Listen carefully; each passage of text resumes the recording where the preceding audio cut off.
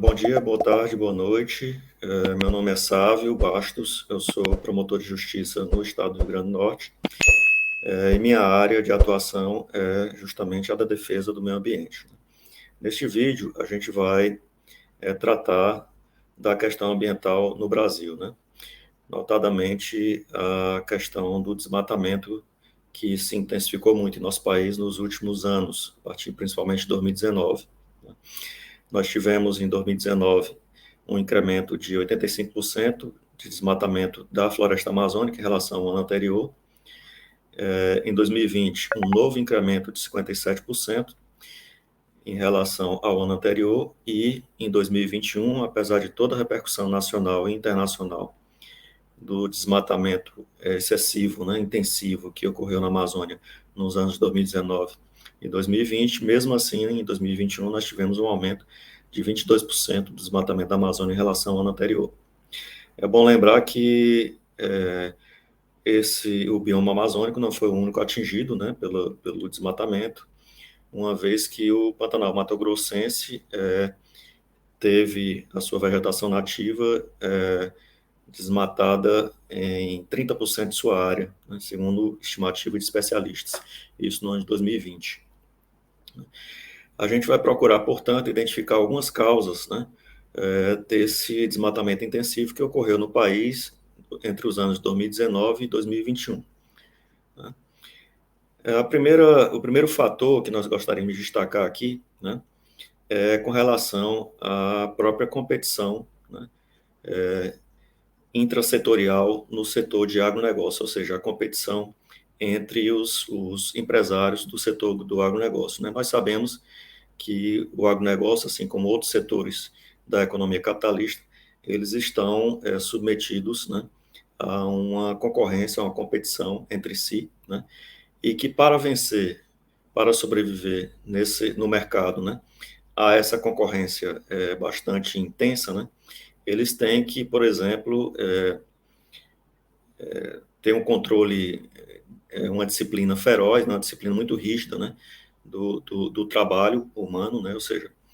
ter um controle muito grande dos trabalhadores, no sentido de regular, né, a sua atividade produtiva. Tem que haver um investimento também muito grande em tecnologia, né, principalmente a inversão de grandes quantidades de capital para a tecnologia, com vistas ao incremento da produtividade do trabalho. E também tem que haver sempre, né, essa é uma característica, inclusive, da economia capitalista, né, a aplicação de boa parte dos lucros, né, auferidos no ano anterior, como capital aplicado na produção do ano seguinte, né, para que haja, além desse incremento, né, na tecnologia, haja também um ganho, um aumento na produção, ou seja, um aumento da escala da produção, né, o que vai causar o barateamento, a redução do custo de produção de cada mercadoria produzida, e assim a colocação no mercado a preços competitivos, a preços mais baixos que os dos concorrentes, né? Então é uma característica realmente da economia capitalista essa aplicação de um capital cada vez maior a cada ano, a cada ciclo produtivo, né? Para justamente ter essa ampliação na produção, esse ganho de economia de escala, redução do custo de produção e redução assim do preço da mercadoria para que o produto seja competitivo no mercado. Isso vem se verificando também na área do agronegócio, né? Por exemplo, nós temos aqui um exemplo, né, que é dado, né, pelo professor Miguel Altieri, que é professor da Universidade da Califórnia, que ele estuda o agronegócio norte-americano, e ele diz que, por exemplo, que esse aumento da produção agrícola, né, do agronegócio norte-americano, tem causado uma superprodução, né, dessas commodities agrícolas, agropecuárias, né, e com essa superprodução, os preços de comercialização dessas commodities, eles vêm sendo reduzidos ao longo dos anos, né, ao tempo, né, ao mesmo tempo em que os custos dos insumos utilizados nessa produção, aqueles insumos manufaturados, principalmente aqueles utilizados ou oriundos, né, da indústria agroquímica, como, por exemplo, os agrotóxicos, né, eles vêm subindo, a tendência a médio e longo prazo é de subida desses preços, né? Ou seja, os produtores eles ficam espremidos entre os preços dos produtos que eles produzem, né, que tem uma tendência de baixa, e os custos daqueles insumos que ele tem que aplicar na produção, como os agrotóxicos, que tem uma tendência de alta, né? O resultado disso, né, é que há uma diminuição, né, muito grande na rentabilidade, né, nos rendimentos obtidos pelo agronegócio por hectare, né, por exemplo, entre os anos de 90 e 98, né, nós tivemos uma redução dos rendimentos por hectare na produção de soja, de milho e soja no estado do Iowa, nos Estados Unidos, um rendimento que era de $530 para $182 por hectare, ou seja, uma redução de mais de 66% dos rendimentos por hectare dessa cultura, né, de milho e soja transgênicos nos Estados Unidos. Isso no período de apenas 8 anos, né? Isso acarreta, obviamente, né, uma inviabilização de muitos negócios, né, nesse setor do agronegócio. Por exemplo, nos Estados Unidos, ele coloca um dado interessante que nos últimos 50 anos, mais de 4 milhões de agricultores tiveram que deixar a atividade agrícola, ou seja, uma média de 219 propriedades abandonadas por dia, por conta justamente disso, né? Redução dos preços dos produtos agrícolas e aumento dos preços dos insumos, principalmente os insumos da indústria agroquímica, como também, né, evidentemente, o próprio maquinário, né, utilizado no setor. Então, essa superprodução, né, de commodities agrícolas e esse aumento do preço dos insumos que são utilizados no agronegócio determina realmente essa queda, né, esse declínio dos rendimentos por hectare, né, e aí os agricultores só têm uma forma de compensar essa queda nesses rendimentos, né, que é justamente ampliar a área plantada, né. É dessa forma que eles compensam a queda do lucro por hectare, aumentando assim a área cultivada. É a única forma que eles encontram, portanto, de sobreviver no negócio, né. Mas a gente tem que observar também, né, que o agronegócio ele não exige somente essa expansão sempre crescente, né, da área cultivada,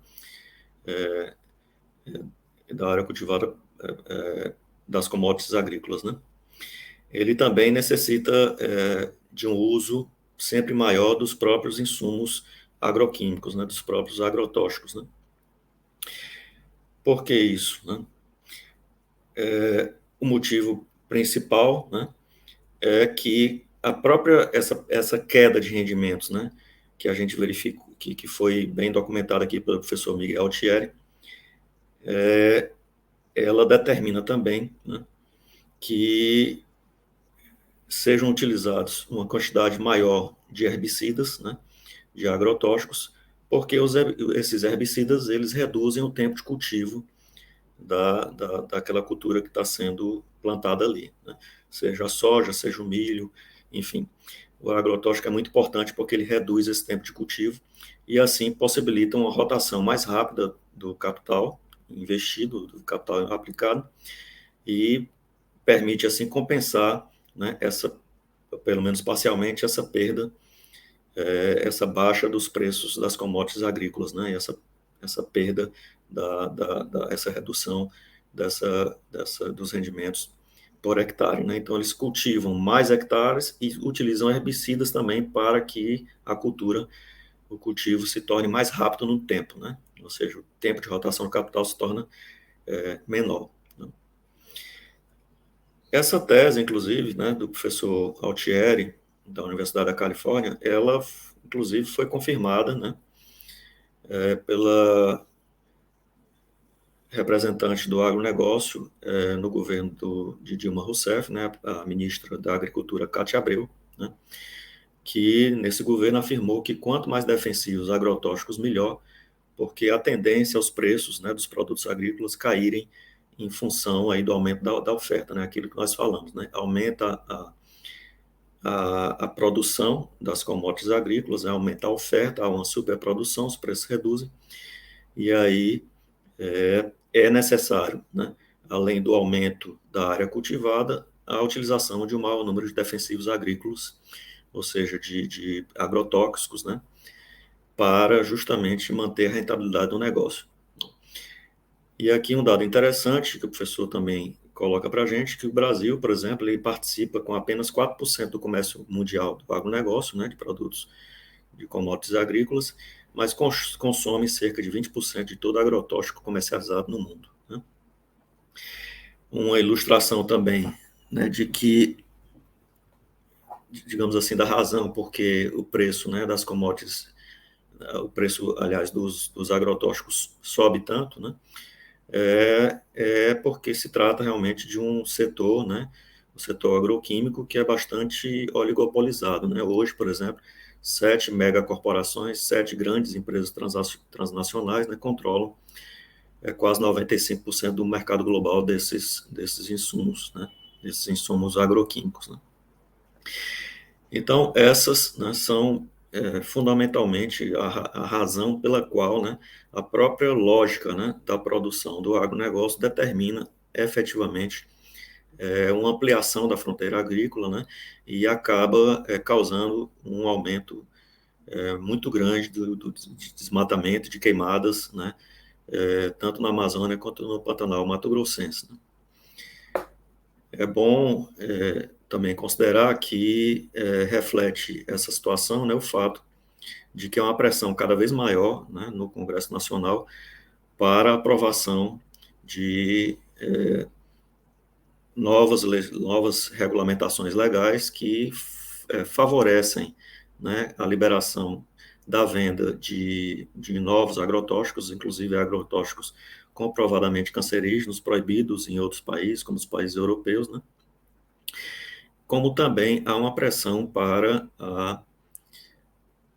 aprovação de uma legislação que, em última instância, acaba regularizando, realizando a regularização fundiária, ou facilitando a regularização fundiária de áreas que foram objeto de grilagem, ou seja, aquelas áreas públicas que foram invadidas, desmatadas, né, justamente para que, posteriormente, né, sejam utilizadas ou na criação de gado e mesmo para as culturas, as grandes monoculturas do agronegócio. Então, essas pressões, né, refletem efetivamente essa necessidade, né, de do agronegócio, né, que é justamente uma forma de funcionamento de uma economia capitalista no campo, né, essa necessidade de uma ampliação cada vez maior da área cultivada, né. É bom lembrar também que se fala muito, né, que no país, no Brasil, né, o agronegócio utiliza tecnologia bastante avançada. E isso é um fato que, inclusive, né, reflete no grande uso de maquinário e na baixa capacidade de absorção de mão de obra, né, que é um setor realmente que emprega poucas pessoas, né. Mas é bom lembrar também, né, como Marx explica no Capital, né, que toda inovação tecnológica, né, ela acaba sendo, quando ela surge, né, ela dá uma vantagem inicial para aquele empresário, né, mas ela acaba sendo adotada pelos demais empresários que concorrem com aquele que foi pioneiro na utilização daquela tecnologia. Isso no agronegócio também ocorre, né? E a curto ou médio prazo, né, praticamente toda e qualquer inovação tecnológica acaba sendo adotada pelos demais concorrentes daquele empresário pioneiro na adoção dessa tecnologia. Então, aquela vantagem de quem saiu na frente na inovação tecnológica tende a se esvair, né? Tende a se acabar, porque é uma tendência que todos adotem essa inovação tecnológica. Isso explica porque o próprio professor Miguel Altieri, né, coloca também que no agronegócio, muitas vezes, compensa mais, né, você ampliar a área cultivada, né, do que propriamente investir naquela tecnologia mais inovadora, né? Sai mais barato você desmatar, porque você, inclusive, tem a questão da utilização da madeira, né, para comercialização, que isso é efetivamente uma atividade lucrativa, né, do que utilizar uma tecnologia mais recente. Então, há uma tendência realmente, né, há uma tendência realmente de que haja efetivamente uma ampliação da fronteira agrícola, né? Bom, eram essas as considerações que nós gostaríamos de fazer, né? E eu agradeço aí a atenção de todos.